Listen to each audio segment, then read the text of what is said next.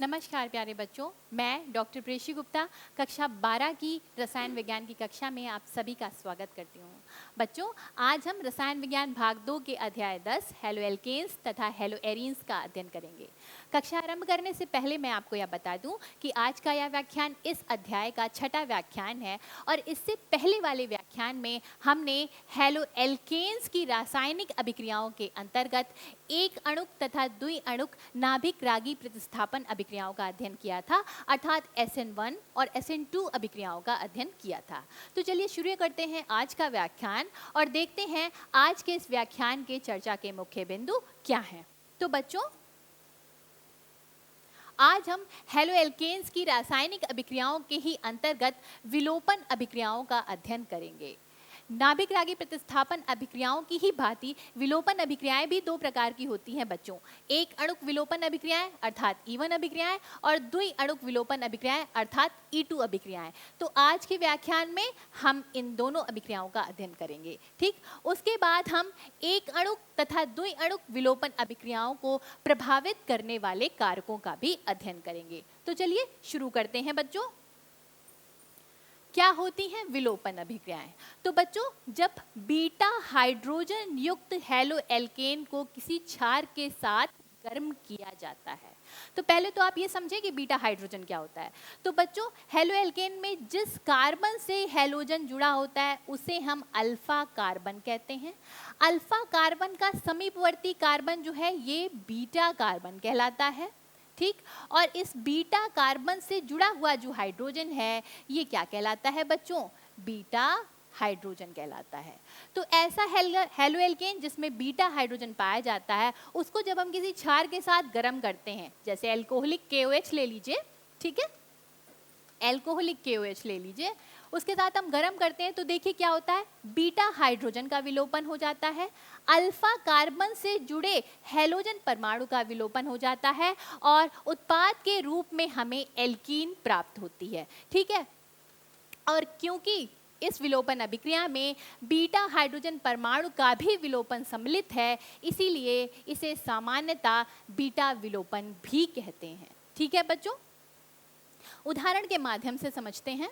तो यहाँ देखिए 2 ब्रोमोप्रोपेन है, ठीक है, 2 ब्रोमोप्रोपेन में यहाँ इस कार्बन से हैलोजन जुड़ा हुआ है तो अल्फा कार्बन, और इसके समीपवर्ती देखिए 2 कार्बन है, ये कार्बन भी बीटा कार्बन है और ये कार्बन भी बीटा कार्बन है, और ये सारे हाइड्रोजन जो लगे हुए हैं ये सारे हाइड्रोजन ही बीटा हाइड्रोजन है। ठीक है, तो जब 2 ब्रोमोप्रोपेन को गर्म करते हैं सोडियम इथॉक्साइड के साथ, तो देखिए सोडियम इथॉक्साइड एक प्रबल क्षार है और क्षार क्या करता है, प्रोटॉन अब्स्ट्रैक्ट करता है, H+ आयन अब्स्ट्रैक्ट कर लेता है। तो यहाँ देखिए क्या होता है बच्चों, ये जो C2H5O- आयन है ये एक क्षार की भांति व्यवहार करता है और ये बीटा हाइड्रोजन को अब्स्ट्रैक्ट करता है। ठीक, तो यहाँ पर देखिए क्या होगा, इस बॉन्ड के, क्योंकि ये इस हाइड्रोजन को H+ के रूप में अब्स्ट्रैक्ट करता है, तो यहाँ के जो इलेक्ट्रॉन है, इस बॉन्ड के इलेक्ट्रॉन ये जंप करके इस कार्बन और कार्बन के बीच में आते हैं।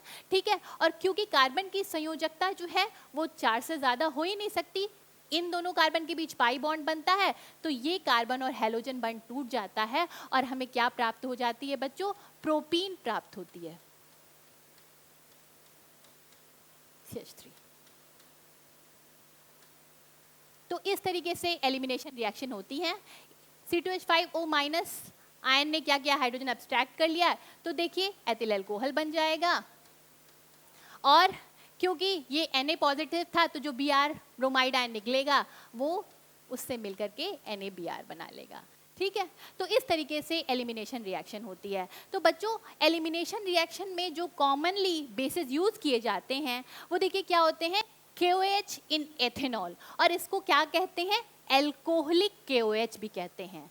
तो बच्चों, अगर आपको सब्स्टिट्यूशन रिएक्शन करानी है तो आप क्या लेंगे, एक्वस KOH।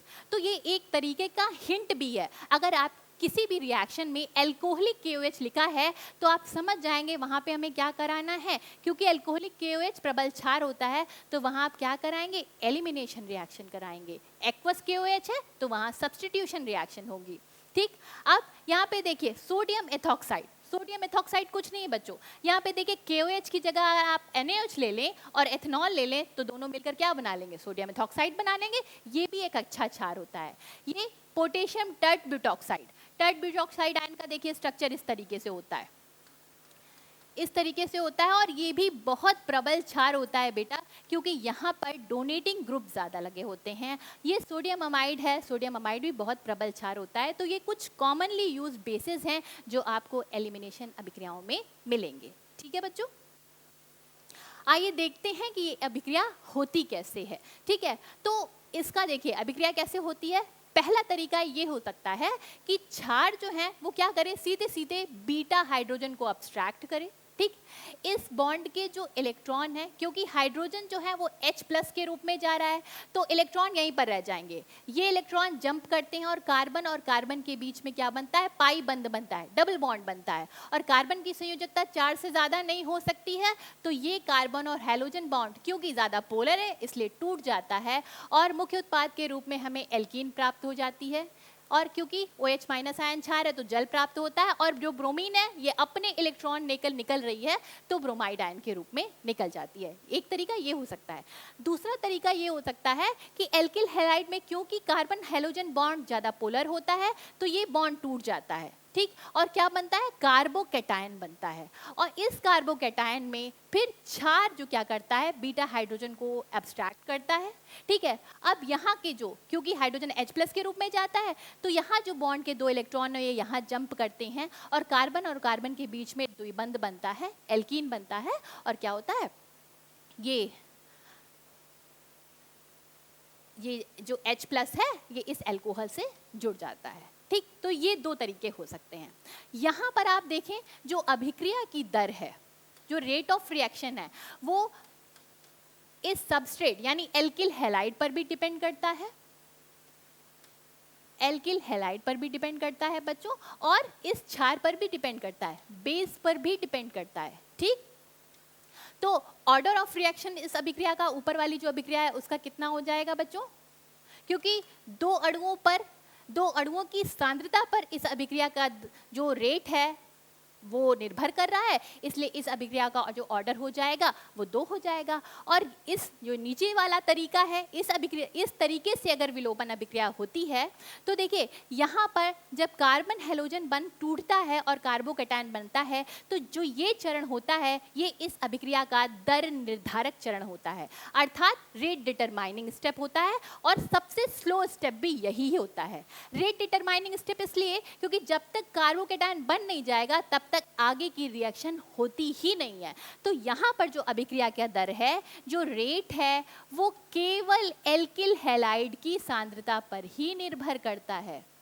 ठीक, एल्किल हैलाइड की सांद्रता पर ही निर्भर करता है। और इसका जो ऑर्डर कितना हो जाएगा बच्चों, क्योंकि एक अणु की सांद्रता पर ही निर्भर कर रहा है अभिक्रिया की दर, तो इसका ऑर्डर 1 हो जाएगा। ऊपर वाली अभिक्रिया, अगर अभिक्रियाएं ऊपर वाले तरीके से होती हैं तो अभिक्रिया का दर 2 अणुओं की सांद्रता पर निर्भर कर रहा है, जबकि अगर अभिक्रिया नीचे वाले तरीके से हो रही है तो उसमें अभिक्रिया की जो दर है वो 1 अणु की सांद्रता पर निर्भर करता है। इसीलिए जो अभिक्रियाएं ऊपर वाले तरीके से होती हैं उन्हें हम द्विअणुक विलोपन अभिक्रियाएं अर्थात E2 अभिक्रियाएं कहते हैं, और जो अभिक्रियाएं, जो एलिमिनेशन अभिक्रियाएं नीचे वाले तरीके से होती हैं उन्हें हम अणुक विलोपन अभिक्रियाएं अर्थात E1 अभिक्रियाएं कहते हैं। तो चलिए बच्चों शुरू करते हैं E2 अभिक्रियाओं से। ठीक है, द्विअणुक विलोपन अभिक्रियाओं को पढ़ते हैं। तो बच्चों एक सामान्य अभिक्रिया लिखी है, जब इथॉक्साइड आयन अभिक्रिया करता है, ये किसका स्ट्रक्चर है बच्चों, 1, 2 और 3, 2 ब्रोमोप्रोपेन का स्ट्रक्चर है। 2 ब्रोमोप्रोपेन से अभिक्रिया करता है तो देखिए क्या होता है, बीटा हाइड्रोजन निकलता है। ये जो इथॉक्साइड आयन है बीटा हाइड्रोजन को एब्स्ट्रैक्ट कर लेगा और अल्फा वाले कार्बन से हैलोजन निकलेगा। तो देखिए हमें क्या प्राप्त होता है, यहाँ पर प्रोपीन प्राप्त होती है।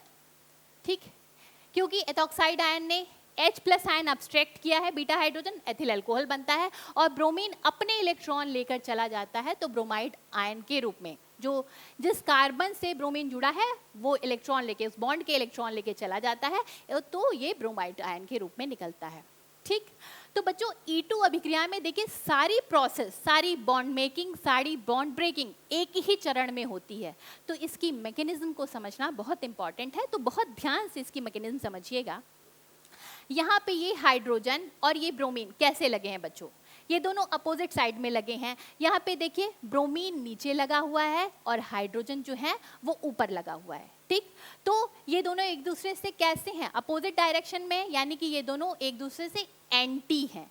पर इन दोनों में एक सिमिलैरिटी है बच्चों, ये दोनों को प्लानर हैं, अर्थात एक ही प्लेन में हैं।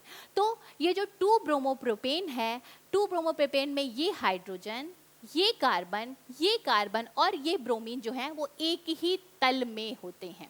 अर्थात अगर मैं अपने हाथ को एक तल बना लूं तो ये हाइड्रोजन, ये कार्बन और ये ब्रोमीन एक ही तल में होते हैं, ठीक। और इस कार्बन पे ये जो हाइड्रोजन है, जो सॉलिड बॉन्ड आपको दिख रहा होगा, वेज बॉन्ड है मोटा सा, ठीक, वो क्या होता है, अबव द प्लेन होता है इस तरीके से। और ये जो डैश लाइन से हाइड्रोजन बना हुआ है ये बिलो द प्लेन होता है इस तरीके से, ठीक। इस कार्बन की बात करें तो यहाँ पर जो वेज लाइन से हाइड्रोजन जुड़ा है ये अबव द प्लेन होगा, और ये जो मेथिल समूह होगा ये क्या होगा बेटा, बिलो द प्लेन होगा। यहाँ पे देखिए जो हाइड्रोजन और ब्रोमीन है वो एक दूसरे से कैसे हैं, एंटी हैं पर कोप्लानर हैं, एक ही प्लेन में हैं। तो जब ये क्षार आता है, इथॉक्साइड आयन आता है, तो देखिए क्या करता है, वो इस प्रोटॉन को अब्स्ट्रैक्ट करता है, ठीक। इस बॉन्ड के जो इलेक्ट्रॉन हैं, 2 इलेक्ट्रॉन, हाइड्रोजन H+ के रूप में जाता है, ये 2 इलेक्ट्रॉन यहाँ जंप करते हैं, कार्बन और कार्बन के बीच पाई बॉन्ड बनता है, ठीक। कार्बन की संयोजकता 4 ही हो सकती है, 4 से ज़्यादा नहीं हो सकती है। तो कार्बन और हैलोजन बॉन्ड टूटता है और ब्रोमीन जो है वो ब्रोमाइड आयन के रूप में निकल जाता है, ठीक। तो ये सारी प्रोसेस, सारी बॉन्ड मेकिंग, सारी बॉन्ड ब्रेकिंग एक ही चरण में हो रही है। इस अभिक्रिया में कोई रीअरेंजमेंट नहीं होता है बच्चों, और ना ही कोई इंटरमीडिएट बनता है। अब यहाँ पे देखिए ट्रांजिशन स्टेट दिखाई गई है इसकी। यहाँ पे देखिए इथॉक्साइड आयन और हाइड्रोजन के बीच बॉन्ड पार्शियली बन चुका है, कार्बन और हाइड्रोजन का बॉन्ड पार्शियली टूट चुका है, कार्बन और कार्बन के मध्य पार्शियल पाई बॉन्ड बन चुका है, और कार्बन और ब्रोमीन का बॉन्ड जो है वो पार्शियली टूट चुका है, ठीक। और इस तरीके से हमें एल्कीन प्राप्त हो जाती है और ब्रोमाइड आयन निकल जाता है, ठीक। अब जब हम एल्कीन लिखेंगे तो भी हम इस बात का ध्यान रखेंगे बच्चों, क्योंकि देखिए ये हाइड्रोजन तो निकल गया, ठीक, और बनेगा क्या, एल्कीन। एल्कीन जो होता है उसमें ये जो द्विबंध से जुड़े कार्बन परमाणु हैं ये sp2 हाइब्रिडाइज्ड होते हैं। यहाँ पर एल्कीन में सारे एटम जो होते हैं वो एक ही प्लेन में होते हैं बच्चों।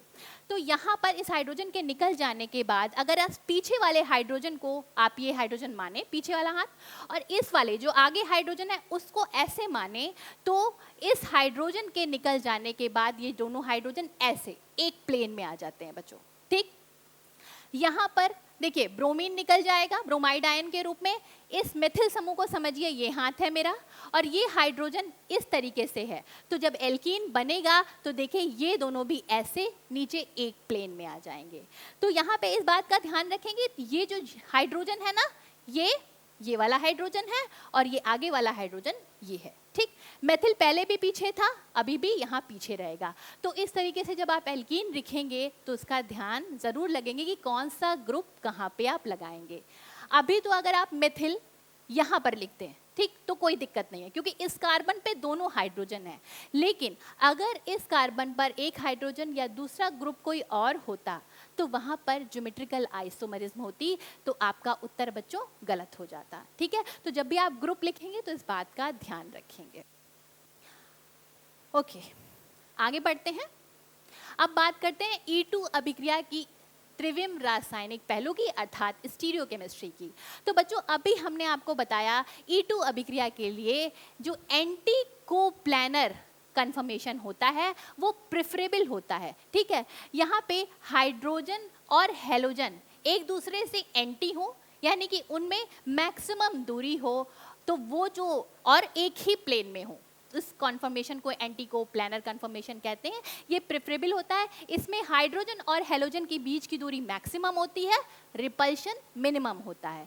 अगर ऐसा ना हो, मान लीजिए कि हेलोजन भी ऊपर हो, ठीक, सिन कोप्लानर हो जाए, यानी एक ही साइड में हो जाएं, तो क्या होता है देखिए बच्चों, जब ये बेस आएगा प्रोटॉन को अब्स्ट्रैक्ट करने के लिए, तो इस बेस का भी अपना इलेक्ट्रॉन क्लाउड होता है, ठीक है, क्योंकि प्रबल जो क्षार होते हैं वो ज़्यादातर तो निगेटिवली चार्ज होते हैं, और अगर दुर्बल भी क्षार हैं तो क्षार होते ही क्या है, इलेक्ट्रॉन रिच स्पीशीज, लुईस की संकल्पना में आपने पढ़ा है, यानी कि इनका अपना इलेक्ट्रॉन क्लाउड होगा, हैलोजन का अपना इलेक्ट्रॉन क्लाउड होगा, तो इन दोनों के बीच में क्या हो जाएगा बच्चों, रिपल्शन होगा, ठीक है। तो ये कन्फर्मेशन जो होगा वो फेवरेबल बिल्कुल भी नहीं होगा।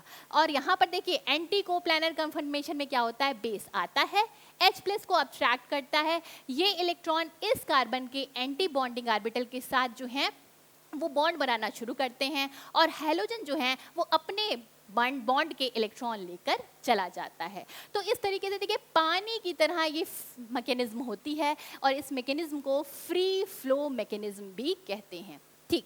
अब यहाँ पर देखिए कि ये न्यूमैन प्रोजेक्शन से दिखाया गया है एंटी कोप्लानर जो कन्फर्मेशन है, कि हाइड्रोजन और हेलोजन एक ही प्लेन में होते हैं पर एक दूसरे के एंटी होते हैं, और इनके बीच का जो डाइहाइड्रल एंगल होता है बेटा वो 180 डिग्री होता है, और इस कन्फर्मेशन को हम स्टैगर्ड कन्फर्मेशन कहते हैं, और इसकी एनर्जी लो होती है, इसीलिए ये कन्फर्मेशन प्रिफर्ड होता है। बच्चों ये तो बात करी हमने प्रेफरेंस की, अगर ऐसा हाइड्रोजन है जो एंटी भी है और कोप्लानर भी है, तो सबसे पहले हम उस हाइड्रोजन को एलिमिनेट करेंगे। लेकिन अगर आपके यौगिक में ऐसा हाइड्रोजन नहीं है तो बेस अपना काम करेगा, फिर तो जो होगा उसको अब्स्ट्रैक्ट करेगा, है ना, जो हाइड्रोजन होगा उसको अब्स्ट्रैक्ट करेगा बेस। अब यही बात यहाँ पे बताई गई है कि बच्चों अगर हेलोजन सिन कोप्लानर होता, यानी एक ही प्लेन में हो जाए, एक ही प्लेन में तो हैं और एक ही साइड में हो जाते, तो बेस क्या होता, बेस का इलेक्ट्रॉन क्लाउड इस हैलोजन के इलेक्ट्रॉन क्लाउड से हैवी रिपल्शन फील करता। तो ये कन्फर्मेशन जो है सिन कोप्लानर कन्फर्मेशन, ये बिल्कुल भी प्रेफरेबल नहीं है। यहाँ पर देखिए बच्चों न्यूमैन प्रोजेक्शन में क्या होता है, जब ये हैलोजन और हाइड्रोजन सिन कोप्लानर होते हैं तो देखिए ये एक दूसरे के आमने सामने होते हैं, हाइड्रोजन और हैलोजन, और इनके बीच का डाइहाइड्रल एंगल जो होता है वो 0 होता है। इस कन्फर्मेशन को हम इक्लिप्स्ड कन्फर्मेशन कहते हैं, और इसकी एनर्जी हाई होती है, इसलिए ये फेवरेबल नहीं होता है। आगे बढ़ते हैं बच्चों, अब पढ़ते हैं जेटसेफ का नियम, ठीक है बच्चों, ये एक रशियन साइंटिस्ट थे, ठीक है, इन्होंने अपना एक नियम दिया, और जेटसेफ को कभी कभी सेटजेफ भी उच्चारित किया जाता है, आपकी एनसीईआरटी किताब में है। तो अगर आपके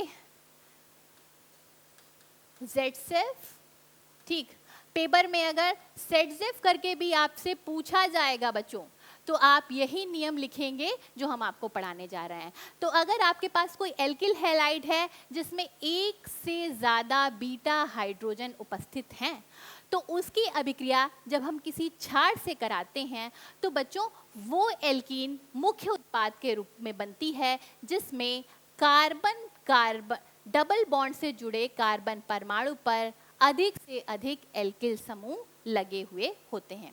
एक उदाहरण के माध्यम से समझते हैं कि जैसे ये 2 ब्रोमोब्यूटेन है, इसमें 2 बीटा हाइड्रोजन है, एक ये और एक ये। तो अगर इस बीटा हाइड्रोजन का एलिमिनेशन होता है देखिए क्षार के द्वारा, तो देखिए हमें कौन सी एल्कीन प्राप्त होती है, ये वाली ब्यूट 1ईन, ठीक है, ये मोनो सब्सटीट्यूटेड है, यहाँ डबल बॉन्ड से जुड़े कार्बन, एक ही कार्बन पर एथिल समूह लगा हुआ है, और ये एल्कीन हमें केवल 19% प्राप्त होती है। लेकिन जब ये वाला बीटा हाइड्रोजन एलिमिनेट होता है तो देखिए हमें क्या प्राप्त होती है, ब्यूट्यूइन प्राप्त होती है, और इसमें डबल बॉन्ड से जुड़े दोनों कार्बन परमाणुओं पर मेथिल समूह जुड़े हुए हैं, है ना, ये डाई सब्सटीट्यूटेड है और ये 81% प्राप्त होती है। तो कहने का मतलब ये हुआ कि अगर एल्किल हैलाइड में 2 बीटा हाइड्रोजन है, ठीक है, एक से अधिक बीटा हाइड्रोजन है, तो हमें वो एल्कीन मुख्य उत्पाद के रूप में मिलेगी जो ज़्यादा सब्सटीट्यूटेड होती है। क्यों मिलेगी ज़्यादा, जो ज़्यादा सब्सटीट्यूटेड एल्कीन होती है वो ज़्यादा मात्रा में हमें क्यों मिलेगी, तो बच्चों ये बात मैंने आपको पढ़ाई थी कि जो मोर सब्सटीट्यूटेड एल्कीन होती है वो ज़्यादा स्थायी होती है हाइपर कॉन्जुगेशन के कारण, उसके ज़्यादा हाइपर कॉन्जुगेशन स्ट्रक्चर पॉसिबल होते हैं, ठीक है। आगे बात करते हैं कि द्विअणुक विलोपन अभिक्रियाओं को प्रभावित करने वाले कारक। तो देखिए वो कारक हैं एल्किल हैलाइड का आकार, क्षार की प्रबलता और सांद्रता, विलायक की प्रकृति और अवशिष्ट समूह अर्थात लीविंग ग्रुप की प्रवृत्ति का क्या प्रभाव पड़ता है E2 अभिक्रिया की दर पर। तो चलिए इनको हम देखते हैं। सबसे पहला फैक्टर है एल्किल हैलाइड का आकार। तो बच्चों आपने अभी देखा था कि E2 अभिक्रिया होती कैसे है। ये सामान्य अभिक्रिया मैंने आपको बताई थी कि 2 ब्रोमो प्रोपोइन है, ठीक है, इथॉक्साइड आयन इस पर अटैक करता है, यहाँ से ये प्रोटॉन अब्स्ट्रैक्ट करता है, ये बॉन्ड यहाँ जंप करते हैं, यहाँ पे कार्बन कार्बन के बीच डबल बॉन्ड बनता है और ब्रोमीन अपने जो बॉन्ड है CBr का इसके इलेक्ट्रॉन लेकर ब्रोमाइड आयन के रूप में निकल जाता है। तो यहाँ जो ट्रांजिशन स्टेट बनती है E2 अभिक्रिया में, उसका जो कैरेक्टर है वो एल्कीन से रिजेंबल करता है। ये स्ट्रक्चर आपको दिख रहा है, एल्कीन जैसा लग रहा है ना, लग रहा है क्योंकि कार्बन और कार्बन के बीच में डबल बॉन्ड है। और अभी मैंने बताया बच्चों, एल्कीन ज़्यादा स्थायी कौन होती है, जो ज़्यादा सब्स्टिट्यूटेड होती है, यानी कि ज़्यादा स्थायी ट्रांजिशन स्टेट वो होगी जो ज़्यादा सब्स्टिट्यूटेड होगी। और ज़्यादा सब्स्टिट्यूटेड ट्रांजिशन स्टेट कहाँ से आएगी बेटा, जब हम ज़्यादा सब्स्टिट्यूटेड एल्काइल हैलाइड लेंगे, यानी ज़्यादा डिग्री का एल्काइल हैलाइड लेंगे। तो E2 अभिक्रिया जो है वो सबसे तेज़ी से किस में होगी, टर्शरी एल्काइल हैलाइड में, उससे स्लो होती है द्वितीयक एल्काइल हैलाइड में, और सबसे स्लो होती है प्राथमिक एल्किल हैलाइड में। ठीक, आगे बात करते हैं क्षार की प्रबलता और सांद्रता का क्या प्रभाव पड़ता है। तो बच्चों अभी हमने देखा है कि E2 अभिक्रिया का जो रेट होता है, ठीक है, रेट इक्वेशन में हमने देखा था कि वो एल्काइल हैलाइड पर भी डिपेंड करता है, एल्काइल हैलाइड पर भी डिपेंड करता है और बेस पर की सांद्रता पर भी डिपेंड करता है। तो क्षार की सांद्रता जैसे जैसे हम बढ़ाएंगे E2 अभिक्रिया की दर भी क्या हो जाएगी, बढ़ जाएगी। और बच्चों E2 अभिक्रिया में क्या होता है, क्षार जाता है और सीधे सीधे बीटा हाइड्रोजन को अब्स्ट्रैक्ट कर लेता है, ठीक है। तो इस अभिक्रिया के लिए हमारे पास प्रबल क्षार का होना अति आवश्यक है। तो प्रबल क्षार की उपस्थिति में E2 अभिक्रिया की होने की संभावनाएं जो हैं वो बढ़ जाती हैं। अगर क्षार दुर्बल है तो E2 अभिक्रिया की जो संभावना होती है वो कम हो जाती है। बात करते हैं, ये जो इथॉक्साइड आयन होता है बेटा, ये एथिल अल्कोहल की अपेक्षा प्रबल क्षार होता है, क्योंकि यहाँ पे देखिए इलेक्ट्रॉन डेंसिटी इसके पास ज़्यादा होती है। टर्शरी ब्यूटॉक्साइड आयन जो होता है वो इथॉक्साइड आयन की अपेक्षा प्रबल क्षार होता है, क्योंकि यहाँ पे ज़्यादा इलेक्ट्रॉन डोनेटिंग ग्रुप लगे हुए हैं। तो प्रबल क्षार की उपस्थिति में E2 अभिक्रिया की होने की संभावना ज़्यादा होती है बच्चों। बात करते हैं विलायक की प्रकृति की। तो पोलर एप्रोटिक विलायक की उपस्थिति में E2 अभिक्रियाएं बच्चों सुगमतापूर्वक हो जाती हैं, ठीक है। जैसे पोलर एप्रोटिक विलायक कौन से हैं, एसीटोन, एसीटोनाइट्राइल, THF यानी टेट्राहाइड्रोफ्यूरॉन, DMSO यानी डाइमिथाइल सल्फॉक्साइड, DMF यानी डाइमिथाइल फॉर्मामाइड और HMPA यानी हेक्सामिथाइल फॉस्फोरामाइड। तो बच्चों क्या प्रॉब्लम हो जाती है पोलर प्रोटिक सॉल्वेंट्स में, तो आइए देखते हैं। तो बच्चों पोलर प्रोटिक सॉल्वेंट्स वो सॉल्वेंट होते हैं जिसमें एसिटिक हाइड्रोजन पाई जाती है। अब एसिटिक हाइड्रोजन क्या होती है, एसिटिक हाइड्रोजन वो हाइड्रोजन होती है जिसमें हाइड्रोजन ऋण विद्युतीय तत्व से जुड़ी होती है, या तो ऑक्सीजन से जुड़े या नाइट्रोजन से जुड़े या फ्लोरीन से, ठीक। तो ऐसा विलायक जल है हमारे पास, ठीक है, यहाँ पे एसिडिक हाइड्रोजन पाई जाती है। और देखिए जल में जो ऑक्सीजन होती है, क्योंकि उसकी विद्युत ऋणात्मकता हाइड्रोजन से ज़्यादा है, तो ये बंद के इलेक्ट्रॉनों को अपनी तरफ खींचती है, इसलिए इस पर पार्शियल नेगेटिव चार्ज आता है और इस पर पार्शियल पॉजिटिव चार्ज आता है। तो ये जो पोलर प्रोटिक विलायक होते हैं वो क्या करते हैं, कैटायन को और एनायन दोनों का विलायक योजन अर्थात साल्वोलिसिस कर देते हैं। तो यहाँ पे देखिए क्या होता है, अगर हम NaOH का जलीय विलयन लें तो क्या होता है, जो जल में ऑक्सीजन के परमाणु हैं वो Na पॉजिटिव आयन को घेर लेते हैं, और जो हाइड्रोजन के परमाणु हैं वो OH माइनस आयन को घेर लेते हैं। तो यहाँ पर जो OH माइनस आयन है, अगर वो बेस की तरह क्रिया करने जा रहा होगा तो पहले उसे इस सॉल्वेंट केज को तोड़ना पड़ेगा, उसके बाद जाके वो बीटा हाइड्रोजन को अब्स्ट्रैक्ट कर पाएगा, ठीक है। तो इस दिक्कत की वजह से E2 अभिक्रिया जो है वो पोलर एप्रोटिक विलायक में सुगमतापूर्वक होती है। आगे बात करते हैं अवशिष्ट समूह की प्रवृत्ति की। तो अवशिष्ट समूह जितना दुर्बल क्षार होगा वो उतना ही आसानी से निकल जाएगा, यानी लीविंग ग्रुप जितना दुर्बल क्षार होगा वो उतनी आसानी से निकल जाएगा, क्योंकि प्रबल क्षार को सिस्टम से निकालना इतना आसान नहीं होता है बच्चों। तो यहाँ पर जो ब्रोमाइड आयन होगा बेटा, ये ब्रोमाइड आयन जो निकलता है ये लीविंग ग्रुप होता है। तो हम देखते हैं कि लीविंग ग्रुप एबिलिटी, तो लीविंग ग्रुप की क्षमता सबसे अच्छा लिविंग ग्रुप आयोडाइड आयन होता है, फिर ब्रोमाइड आयन होता है, फिर क्लोराइड आयन, और सबसे खराब कह लीजिए हैलाइड्स में तो फ्लोराइड आयन होता है। ठीक, क्यों ऐसा होता है? तो बच्चों यहाँ पर देखिए, ये लेंथ एंगस्ट्रॉम में है, यहाँ पे देखिए हाइड्रोजन हैलाइड की बॉन्ड लेंथ दी गई है, ठीक है, और उन्हें तोड़ने में कितनी ऊर्जा लगती है ये भी बताया गया है। तो देखिए वर्ग में नीचे आने पर बंध की लंबाई बढ़ती है, क्यों? क्योंकि परमाणु का साइज बढ़ रहा है, ठीक है, और क्योंकि नीचे आने पर बॉन्ड लेंथ बढ़ रही है तो उसको तोड़ना क्या हो जाता है? आसान हो जाता है। तो देखिए बॉन्ड जो ऊर्जा लग रही है तोड़ने के लिए, तो देखिए वो HI को तोड़ने में सबसे कम ऊर्जा लगती है 71 किलो कैलोरी पर मोल, ठीक है, और सबसे ज्यादा किस में लगती है? HF में 136 किलो कैलोरी पर मोल।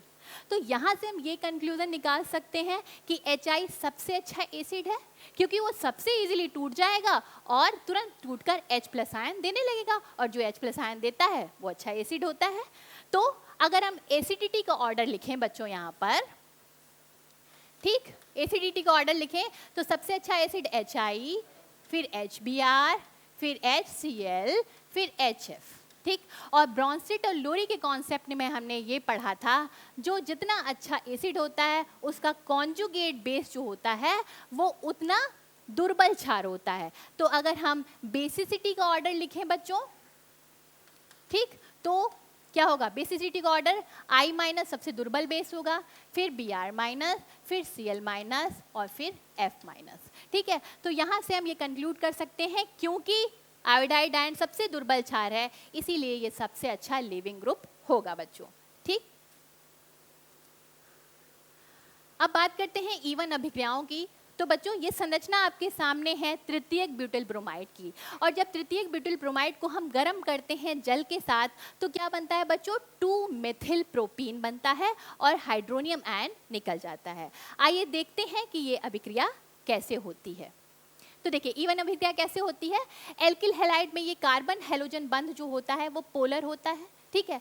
तो ये जो ब्रोमीन है ये इस बंध के इलेक्ट्रॉन लेकर निकल जाता है और हमें क्या प्राप्त होता है? कार्बोकेटायन प्राप्त होता है, ब्रोमाइड निकल जाता है। ये इस अभिक्रिया का सबसे धीमा चरण है और दर निर्धारक चरण भी कहलाता है, क्योंकि जब तक कार्बोकेटायन बनेगा नहीं तब तक आगे की अभिक्रिया होगी नहीं, ठीक।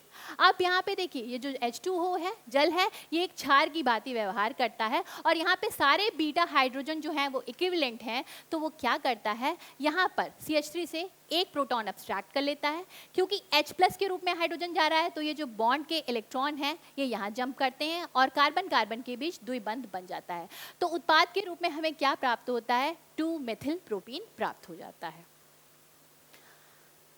आगे बढ़ते हैं और देखते हैं एक अणुक विलोपन अभिक्रियाओं को प्रभावित करने वाले कारक। तो सबसे पहले एल्किल हैलाइड का आकार, फिर क्षार की प्रबलता, उसके बाद देखेंगे विलायक की प्रकृति का क्या प्रभाव पड़ता है, और उसके बाद फिर अवशिष्ट समूह की प्रकृति अर्थात लीविंग ग्रुप की प्रकृति का क्या असर पड़ता है। तो देखिए एल्किल हैलाइड का आकार। तो बच्चों हमें पता है कि इवन अभिक्रिया में क्या बन रहा है? कार्बोकेटायन बनता है, और आपको पता है कि टर्शरी कार्बोकेटायन सबसे ज्यादा स्थायी होता है। तो देखिए एल्किल हैलाइड भी अगर हमारा तृतीयक एल्किल हैलाइड है तो उसमें इवन अभिक्रिया सबसे तेजी से होगी, उससे स्लो होगी सेकेंडरी एल्किल हैलाइड में, और उसके बाद प्राथमिक एल्किल हैलाइड में। बात करें क्षार की प्रबलता की, तो दुर्बल क्षार की उपस्थिति में इवन अभिक्रियाएं जो हैं सुगमता पूर्वक होती हैं। तो देखिए बच्चों अगर हम इवन अभिक्रिया में प्रबल क्षार ले लेंगे तो वो कार्बोकेटायन के बनने का वेट नहीं करेंगे, वो जाकर अटैक कर देंगे और बीटा हाइड्रोजन एलिमिनेट कर लेंगे। क्योंकि यहाँ पे हमारे पास दुर्बल क्षार है तो वो वेट करते हैं जिससे एल्किल हैलाइड किसमें कन्वर्ट हो जाए? कार्बोकेटायन में। आगे बात करते हैं विलायक की प्रकृति की। तो हमें पता है बच्चों क्योंकि इवन अभिक्रिया में कार्बोकेटायन बनता है तो जो पोलर प्रोटिक विलायक होता है हमारा, वो क्या करता है? उस कार्बोकेटायन को सॉल्वोलिसिस के माध्यम से स्टेबलाइज करता है। इसीलिए पोलर प्रोटिक विलायन की उपस्थिति में इवन अभिक्रियाएं सुगमता पूर्वक होती हैं, ठीक। और अवशिष्ट समूह की प्रकृति की बात हम कर चुके हैं अभी, वो E2 में जैसा होता है वैसा ही E1 में होता है। तो बच्चों अवशिष्ट समूह हमारा जितना दुर्बल क्षार होगा, यानी उसकी क्षारकता जितनी कम होगी, ठीक है, वो उतनी ही आसानी से निकल जाएगा, क्योंकि प्रबल क्षार को सिस्टम से निकालना आसान नहीं होता है। तो अभी आप पढ़ चुके हैं आयोडाइड आयन सबसे अच्छा लिविंग ग्रुप होता है, उसके बाद ब्रोमाइड आयन, फिर क्लोराइड आयन, और सबसे खराब अगर हैलाइड्स में बात करें तो फ्लोराइड आयन। ठीक, अब यहाँ पे कंपैरिजन है बच्चों E1 और E2 अभिक्रिया का। तो बच्चों यहाँ पे जो दर है, E1 अभिक्रिया में केवल एल्किल हैलाइड की सांद्रता पर दर निर्भर करती है, जबकि E2 अभिक्रिया में एल्किल हैलाइड और क्षार दोनों की सांद्रता पर।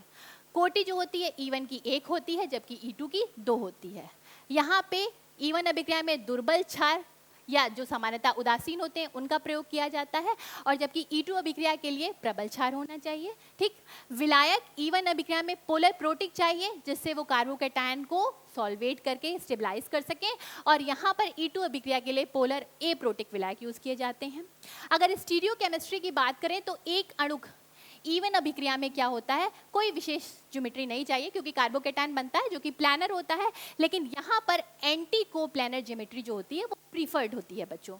और अगर एल्किल हैलाइड की बात करें तो एल्किल हैलाइड का क्या असर पड़ता है E1 और E2 अभिक्रियाओं में, तो बच्चों दोनों ही केसेस में जो तृतीयक एल्किल हैलाइड होते हैं उनकी जो अभिक्रिया करने की दर है, विलोपन अभिक्रिया करने की दर है, वो तृतीयक की सबसे ज़्यादा होती है, उसके बाद द्वितीयक की, और सबसे कम होती है प्राथमिक की। ठीक, तो चलिए यहाँ पे कुछ अभ्यास प्रश्न है कि आज जो हमने पढ़ा वो कितना सीखा। टर्शरी बुटॉक्साइड आयन बच्चों बहुत अच्छा क्षार होता है, और ये तृतीयक एल्किल हैलाइड है। तो देखिए क्या होगा, एक बीटा हाइड्रोजन निकलेगा और हेलोजन निकल जाएगा, तो हमें क्या प्राप्त हो जाएगी, एल्कीन प्राप्त हो जाएगी। तो इस तरीके से 2 मेथिल प्रोपीन प्राप्त होती है यहाँ पर। आगे इस अभिक्रिया में आपको बताना है कि मुख्य उत्पाद क्या होगा। अब यहाँ पे देखिए बेटा, यह क्षार है, ये क्षार दुर्बल है, मेथिल अल्कोहल है, तो यहाँ से आप आइडिया लगाएंगे कि यहाँ पर E1 अभिक्रिया होगी। तो देखिए E1 अभिक्रिया में बेटा क्या बनेगा, कार्बोकैटायन बनेगा, है ना।